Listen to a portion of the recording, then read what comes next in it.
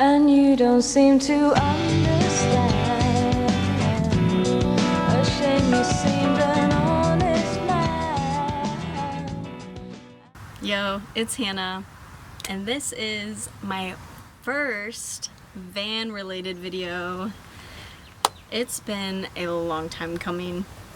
This should not be the first video, but due to lack of motivation, primarily, this is the first video. So I bought this van back in September of last year, and it is currently June of the following year.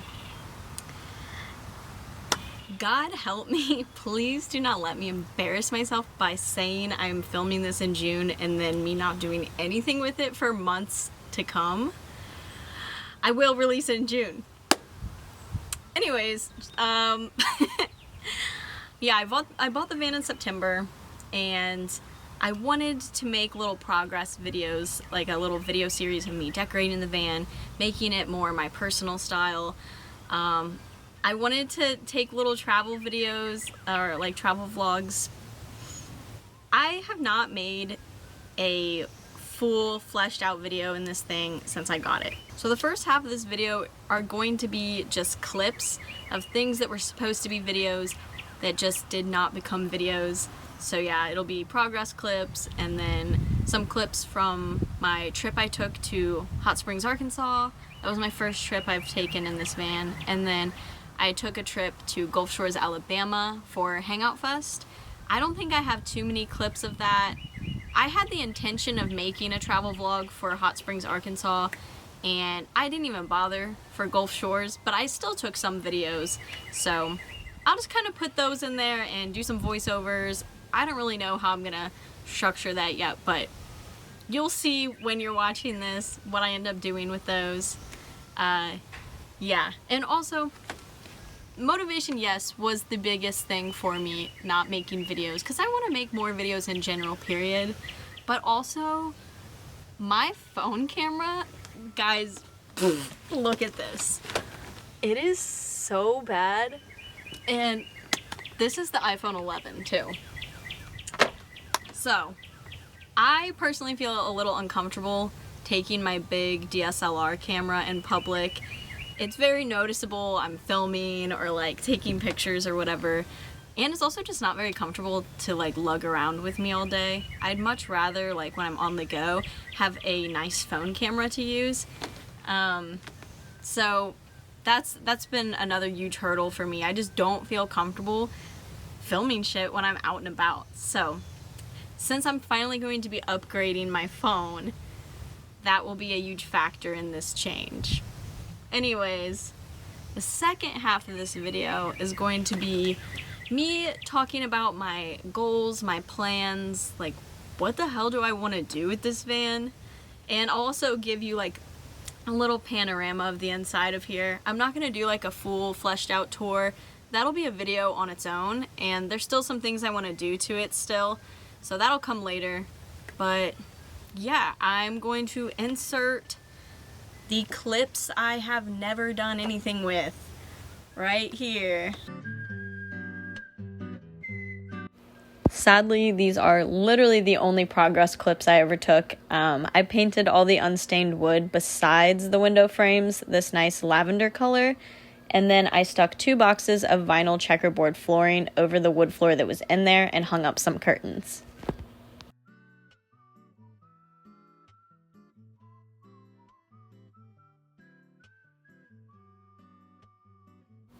Hot Springs, Arkansas is about a 6-hour drive from where I live, so we got going pretty early.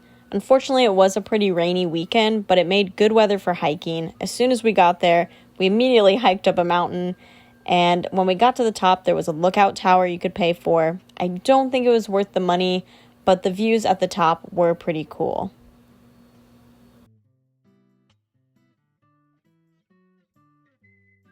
The city had these water bottle fill stations all over that took water from the hot springs that are around the city. There was this little fake hot spring behind all the buildings, as well as trails you could hike all the way up the mountain from directly behind downtown, which was cool.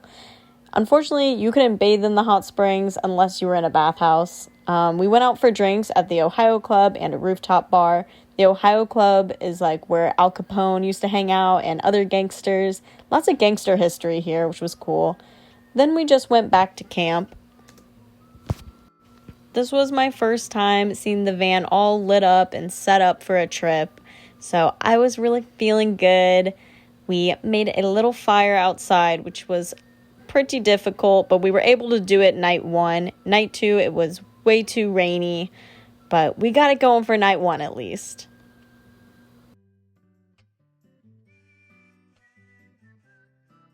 Then we got up the next morning, made some breakfast. It was really nice because it was kind of rainy outside, and it was just a peaceful atmosphere to eat breakfast and look out at. We stayed at the KOA campground. And then we went to Lake Catherine State Park, which was one of my favorite parts of the trip. Really cute.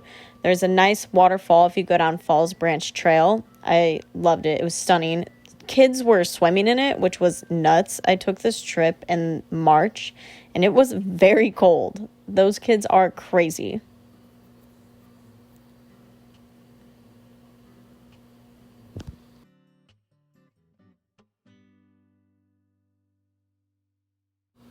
On our last day of the trip, we went to a spot called Garvin Woodland Gardens. It was like a botanical garden type of place for hot springs.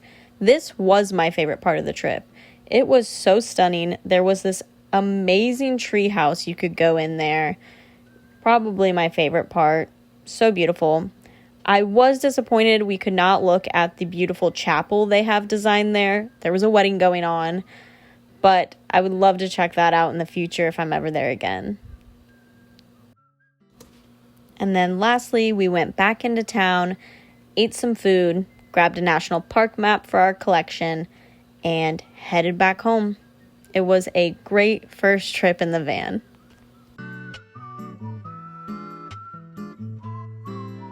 We're starting off with the sun rising over the Memphis Bass Pro Pyramid. We camped at this beautiful campground right on the canal. Everyone was super cool there. They had a bonfire for the hangout kids like every night. This is our outfit for Lana Del Rey. We were literally so close to her. People in front of us are like grabbing her hands. She came in on an ATV escort. Someone in the crowd gave her a Waffle House visor that she kept. Literally the whole experience was surreal. So worth the 11-hour drive.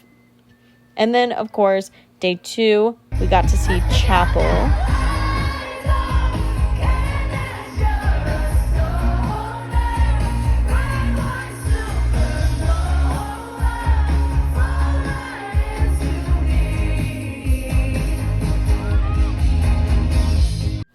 We got to listen to so many amazing artists that I've been a fan of for a long time, and I got put on some new artists while I was there, which was cool. And yeah, it was just a great time, honestly, to hear music on the beach every day. And hanging out at the campground in the van was cool too. Getting to meet the fellow campers that were there for Hangout Fest. Such a good time. Unfortunately, I don't have any more clips than what you're seeing here. But it was a great trip, and I got to prove to myself that my van can make it long distances and back with no bumps in the road.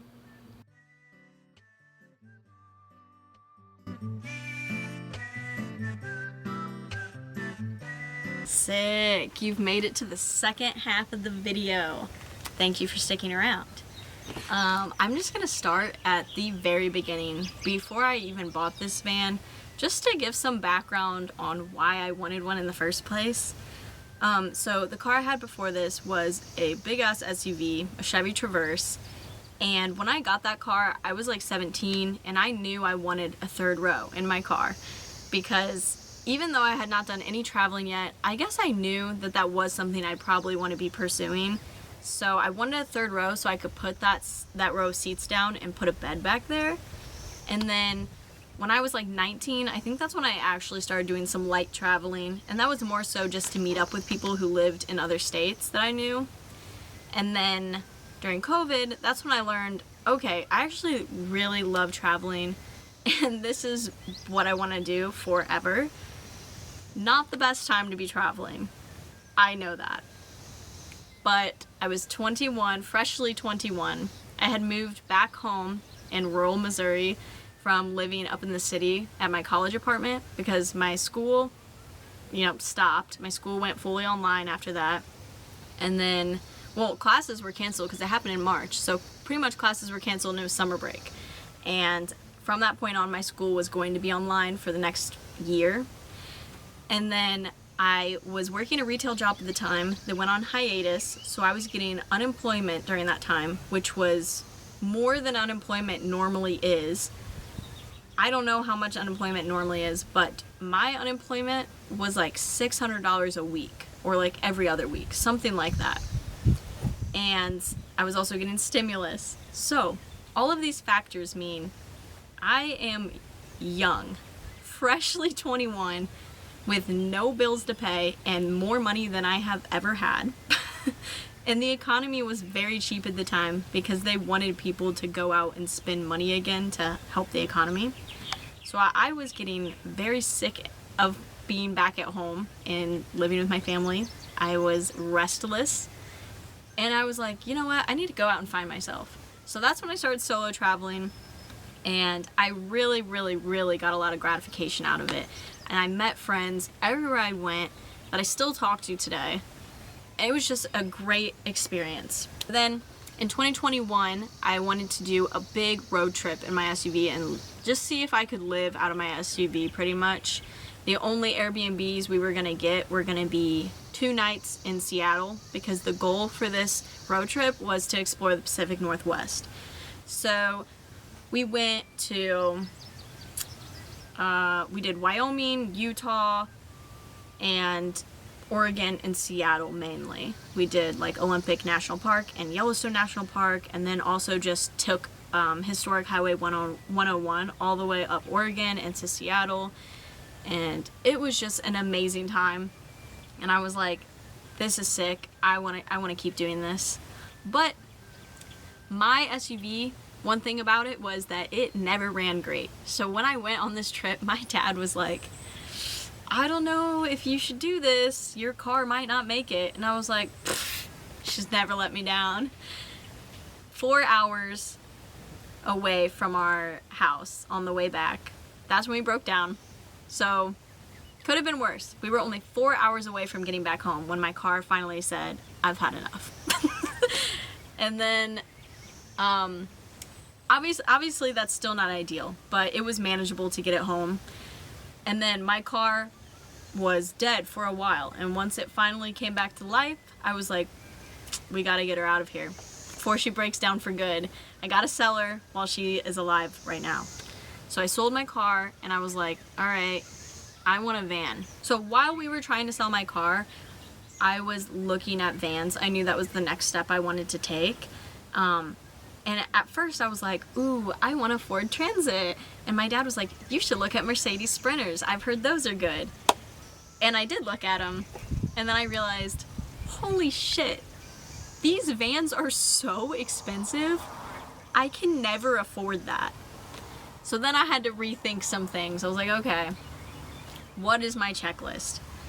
Now I gotta look at older vans, preferably 150,000 miles or less. I wanted something a little pre-built because I have no handyman skills, and my dad told me right from the start that he didn't have a whole lot of time to do too much to a van, so we couldn't start from scratch. So finding something in a manageable price range that was already pre-built and didn't have so many miles was really, really difficult. I spent a lot of time looking, and a lot of the leads ended up having some things wrong with it that were just not going to work out, or just had weird things with the title, or just something that made me be like, okay, this isn't the one. And then I was on Facebook Marketplace, and I was literally at work reading Dune. I was in the process of reading Dune during this time in my life, and I saw this van on Facebook Marketplace named Dune. The girl selling this van had named it Dune. I was like, okay, I already am feeling this might be the one, but also I just really wanted a van, so I was like, okay, let's not get overzealous. But it checked all my boxes. It was pre-built. It was also really cute. Like, she was definitely like an aesthetic person. It was exactly 150,000 miles. The only problem was that it was in Florida. So I was like, yo, I think this is the one. I think I need to go out and get this. And my dad was kind of like, I don't know, like, that's a long way to go out and see a van. Like, if it ends up not working out and you come back empty-handed, it's just a wasted trip. And I was like, yeah, but I think it's the one. But I don't know, I just had like a gut feeling. And I don't know if it was because I was like, okay, finally, a van that checks all my boxes or what. But I did feel like, okay, this van is for me. And then I went down there and I met her, and she was so cool. She was a couple years older than me, and we kind of just ended up hanging out all day. And we were both kind of like, man, it feels like we've known each other for a while. Like, it feels like we're immediately friends. So that was really nice. And she was kind of like, I feel like she was kind of like a deep thinker. Like, she was a bit of a spiritual girly, I believe, because whenever she was like giving the van to me, she was like, you know, I feel like this is a bit of a rite of passage because I was your age when I got this van and I wanted to do all the same things you wanted to do, and now I've done them and I'm giving you the van to start your journey. And it was just really wholesome and really sweet, and literally anytime I'm in her area, I'm gonna hit her up and hang out with her, and she can see Dune again. But yeah, so I brought the van home. And honestly, it ran mechanically very well. It didn't really need anything. I just wanted to add some things to it, so added a radio to it, like, it got a full tune-up, put a backup camera on it, put a cigarette lighter in it, just kind of like added stuff that were missing. It was missing like a lot of like random screws in places, or like the seatbelt buckle on the passenger side like wasn't screwed in. One of the windows latch didn't close because it was missing a screw. Just like little things. So very, very manageable. The biggest hurdle of it being like mechanically okay was unnecessary. It ran perfect. It was great. And my dad's kind of like a car guy, so he like gave it full inspection. He was like, Hannah, this car runs better than any of your cars you have had. So yeah, he was basically like, it's good to go. That was music to my ears because I have literally never had a car that just ran well. So that was pretty sweet. So from the time I bought this van in September, literally all the way up until May of this year, my van sat at my parents' house in rural Missouri while I lived in an apartment I was renting about an hour away up in the city. I was working full time and I was driving the spare, because I was terrified to drive the van around the city. I had had no experience driving a van up until that point. I had driven some trucks, like my family had trucks, but they were never like my vehicle, and my SUV was big, but I had never had a vehicle of my own this big ever.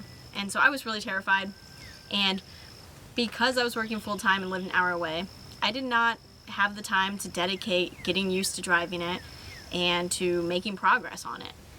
So I knew that something was going to have to give, and that was really scary.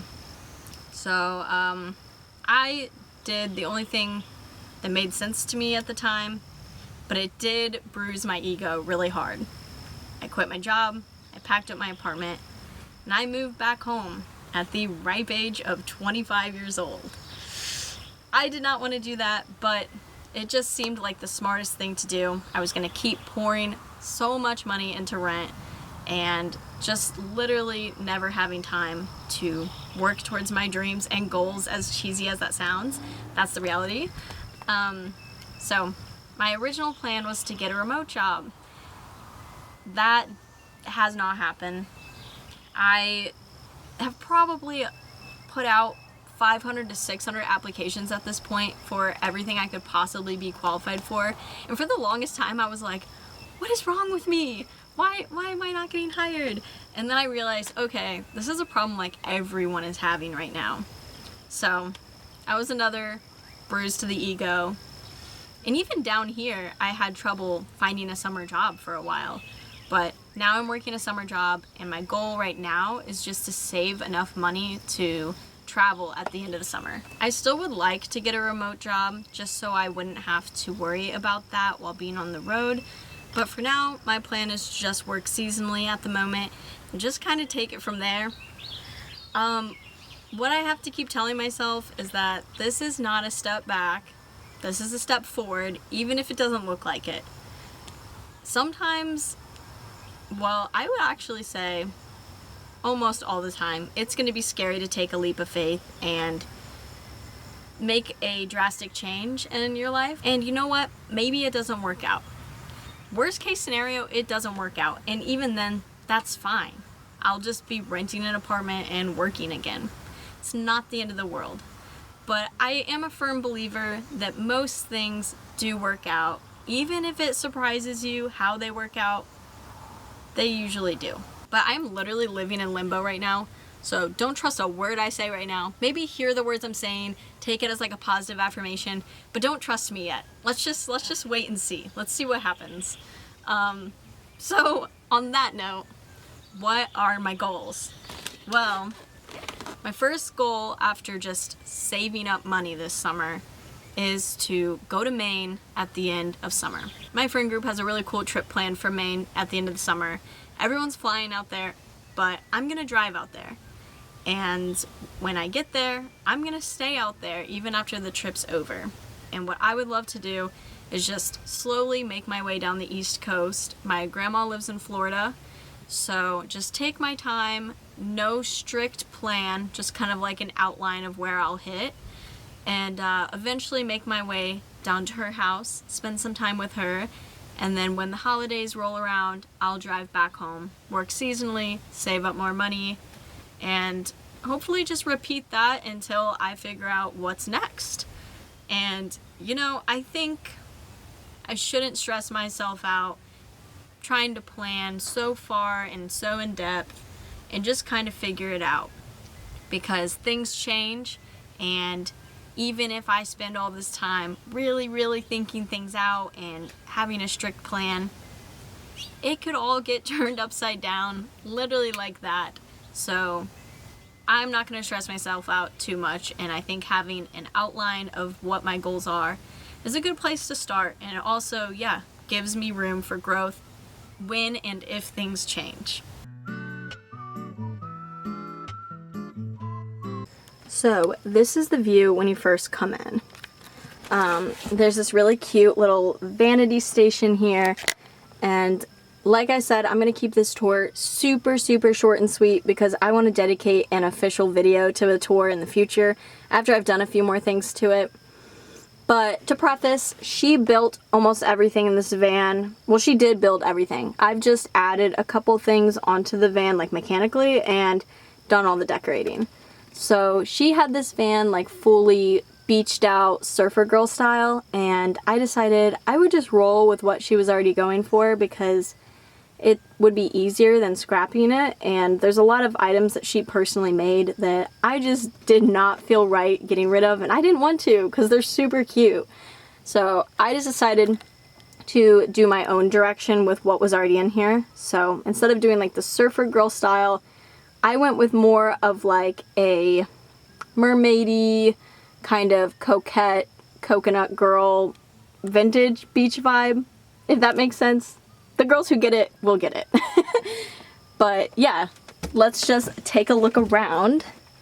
She made this shell light, which turns on with the solar panels, but I don't have my inverter on right now. But if they were on, there's a little switch on the side here that I can turn it on with. My dad did put this light on that works all the time. It runs off the car battery. She left me this little fruit basket. She painted the belly of the engine, painted the dash. She had everything like kind of beige, pink, and sage green, whereas I did more beige, teal, and lavender. Slim Shady, my guardian angel when I'm driving, of course. She also made these really cute quilted seat covers. I have my fridge here. I have overhead storage. I painted I painted some of the furniture in the lavender color scheme, as well as this closet over here that she built. This door, she said, has never worked, so that's why she built the closet in front of it. And then She put this really cute stained glass decal here. There's an AC unit in the back window, which is so nice when I can plug into electricity. The bed, lots of storage under the bed. I put the curtains up here. She made this sink in ceramics class. So cute, one of my favorite touches to the van. And then it has a foot pump down here. This is like my little kitchen area.